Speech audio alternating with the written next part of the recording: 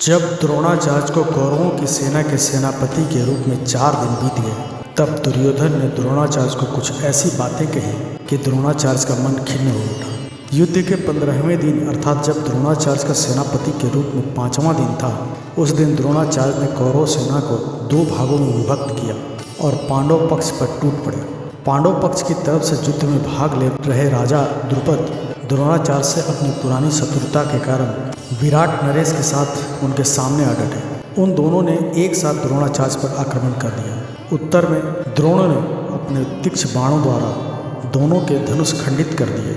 इससे पूर्व कि वे संभल पाते, आचार्य द्रोण ने द्रुपद सहित विराट का वध कर दिया। द्रुपद व विराट की मृत्यु का समाचार पांडव पक्ष में शोक का छा गया। इन दोनों महारथियों के शोक में डूबी पांडव सेना का द्रोण अत्यंत आक्रमण ढंग से संहार कर रहे थे। यह देख पांडव चिंताग्रस्त हो उठे। पांडवों की यह चिंता श्री कृष्ण से छिपी नहीं थी। विपरीत परिस्थितियों को देख श्री कृष्ण ने पांडवों का मनोबल बढ़ाने की इच्छा से कहा, जब तक द्रोणाचार्य जैसे धुरंधर धनुर्धारी के हाथ में अस्त्र शस्त्र हैं, तब तक द्रोणाचार्य को मनुष्य तो क्या स्वयं देवता का गंधर्व भी पराजित नहीं कर सकते। वे युद्ध कौशल में पूर्ण पारंगत हैं, अतः उन्हें केवल निशस्त्र होने पर ही मारा जा सकता है। श्री कृष्ण की इस बात का सबने समर्थन किया। तब युधिष्ठिर ने श्री कृष्ण से पूछा, हे यशोदानंदन, अब आप ही हमारा मार्गदर्शन करें कि द्रोणाचार्य का वध किस प्रकार संभव है। युधिष्ठिर के पूछने पर श्री कृष्ण गंभीर स्वर में बोले, यदि द्रोणाचार्य को ऐसा दुखद समाचार सुनाया जाए जिससे वे व्यथित हो उठें, तभी वे अस्त्र शस्त्र का त्याग कर सकते हैं और तभी उनका वध संभव है। ऐसा दुखद समाचार क्या हो सकता है? अर्जुन ने पूछा। उनके इस प्रश्न पर श्री कृष्ण जी बोले, उन्हें अपने पुत्र अश्वत्थामा से अत्यंत प्रेम है। मात्र उसी की मृत्यु का समाचार उन्हें व्यथित कर सकता है। उसी की मृत्यु का समाचार देकर ही उनका ध्यान युद्ध से हटाया जा सकता है। श्री कृष्ण का प्रस्ताव सभी को अच्छा लगा, किंतु अर्जुन और युधिष्ठिर असत्य बोलने के पक्ष में नहीं थे। अब समस्या यह थी कि द्रोणाचार्य तक यह असत्य भरा दुखद समाचार कैसे पहुँचाया जाए। तभी भीम उछलकर आगे आए, बोले, इस कार्य को मैं करूँगा। यह कहकर वे अपनी गदा हाथ में संभाले उछलते कूदते उस स्थान पर जा पहुँचे जहाँ द्रोणाचार्य युद्ध में संलग्न थे। भीम ने वहाँ पहुँचते ही खुशी से चीखना शुरू कर दिया, अश्वत्थामा मारा गया, अश्वत्थामा मारा गया। जब भीम का स्वर द्रोणाचार्य के कानों में पड़ा तो उन्हें सहसा इस बात पर विश्वास नहीं हुआ।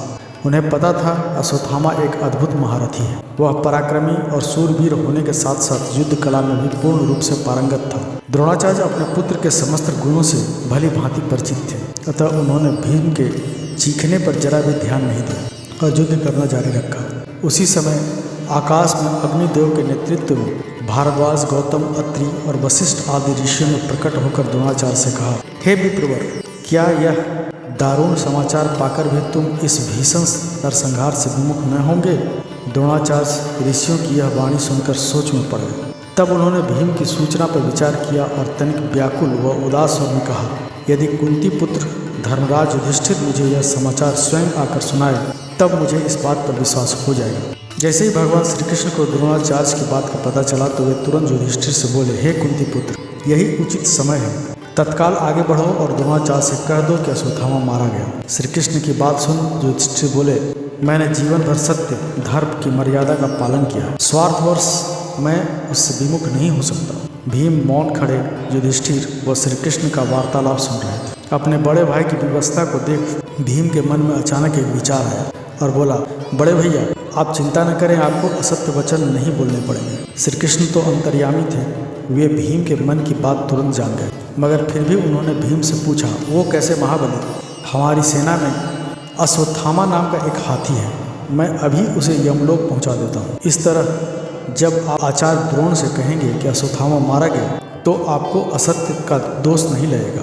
भीम ने उत्साहित होकर कहा, आप अश्वत्थामा मारा गया जोर से कहना, परंतु हाथी यह धीमे स्वर में बोला, तब हम शोर मचा देंगे। इससे द्रोणाचार्य बात के शब्द नहीं सुन पाएंगे। उन्हें अश्वत्थामा के मारे जाने का समाचार मैं पहले ही दे चुका हूँ। आपके कह देने से हमारा काम निर्विघ्न पूर्ण हो जाएगा। ऐसा कहकर भीम अपनी गदा हाथ में संभाले चले गए और अपनी ही सेना के अश्वत्थामा नामक हाथी को मार डाला। तब श्री कृष्ण ने भीम की इस युक्ति की प्रशंसा की और असमंजस की स्थिति में खड़े युधिष्ठिर को उस युक्ति का अनुमोदन करने को कहा, हे धर्मराज युधिष्ठिर, अब तो तुम्हें ऐसा कहने में कोई आपत्ति नहीं होनी चाहिए। सत्य, धर्म व सौंदर्य पर निर्भर करता है, अतः धर्म युद्ध में विजयी होने के लिए वही करना चाहिए जो धर्म के अनुकूल हो। श्री कृष्ण के मार्गदर्शन व भीम की प्रेरणा से युधिष्ठिर भीम की युक्ति अनुसार कार्य करने को तैयार हो गए। तत्पश्चात युधिष्ठिर उस स्थान पर जा पहुँचे जहाँ द्रोणाचार्य खड़े थे। धर्मराज को अपने सम्मुख खड़े देख द्रोणाचार्य ने उनसे पूछा, हे पांडुनंदन, तुम धर्मात्मा एवं सत्यवादी हो। कोई भी लोभी अथवा स्वार्थ तुम्हें धर्म व सत्य के मार्ग से नहीं डिगा सकता। अतः मैं तुमसे पूछता हूँ कि क्या मेरा पुत्र अश्वत्थामा मारा गया? तभी पांडव योद्धाओं ने उत्साह दिखाते हुए कोलाहल करना आरंभ कर दिया। तब युधिष्ठिर धीमे स्वर में बोले, किंतु मनुष्य नहीं, हाथी। युधिष्ठिर के मुख से अश्वत्थामा मारा गया यह सुनकर द्रोणाचार्य पुत्र शोक से व्यथित हो उठे। उन्होंने शोकातुर होकर अपने अस्त्र शस्त्र रख दिए और अपनी सेना के महारथियों से कहा, अब तुम स्वयं युद्ध करो, मैंने अस्त्रों और शस्त्रों का त्याग कर दिया। इतना कहकर द्रोणाचार्य रथ से उतर गए। पुत्र शोक से उत्पन्न युद्ध से विरक्ति के भाव उनके चेहरे पर स्पष्ट दृष्टिगोचर हो रहे थे। वे अत्यधिक उदास होने के कारण कुछ भी देखने व समझने के योग्य नहीं रह गए थे। द्रोणाचार्य के शत्रु राजा द्रुपद उनके द्वारा मारे गए थे। राजा द्रुपद की मृत्यु से व्यथित उनका पुत्र धृष्टद्युम्न अपने पिता की मृत्यु का बदला लेने के लिए संकल्प कर चुका था कि वह द्रोणाचार्य को स्वयं अपने हाथों से मारेगा। अपने पिता की मृत्यु का प्रतिशोध लेने के लिए क्रोधोन्मत्त होकर वह तेजी से निहत्थे द्रोणाचार्य की तरफ बढ़ा। अर्जुन धृष्टद्युम्न के मनोभावों को समझ गए थे। वे तीव्र स्वर में धृष्टद्युम्न से बोले, नहीं धृष्टद्युम्न, आचार्य का वध मत करना, उन्हें जीवित ही पकड़ लाओ, हम उन्हें सम्मानपूर्वक युद्धबंदी बना लेंगे। अन्य पांडवों ने भी अर्जुन के कथन का अनुमोदन करते हुए धृष्टद्युम्न को ऐसा करने से को कहा, किंतु धृष्टद्युम्न पर प्रतिशोध का भूत सवार था। उसे किसी का भी स्वर अपने निश्चय से विचलित न कर सका।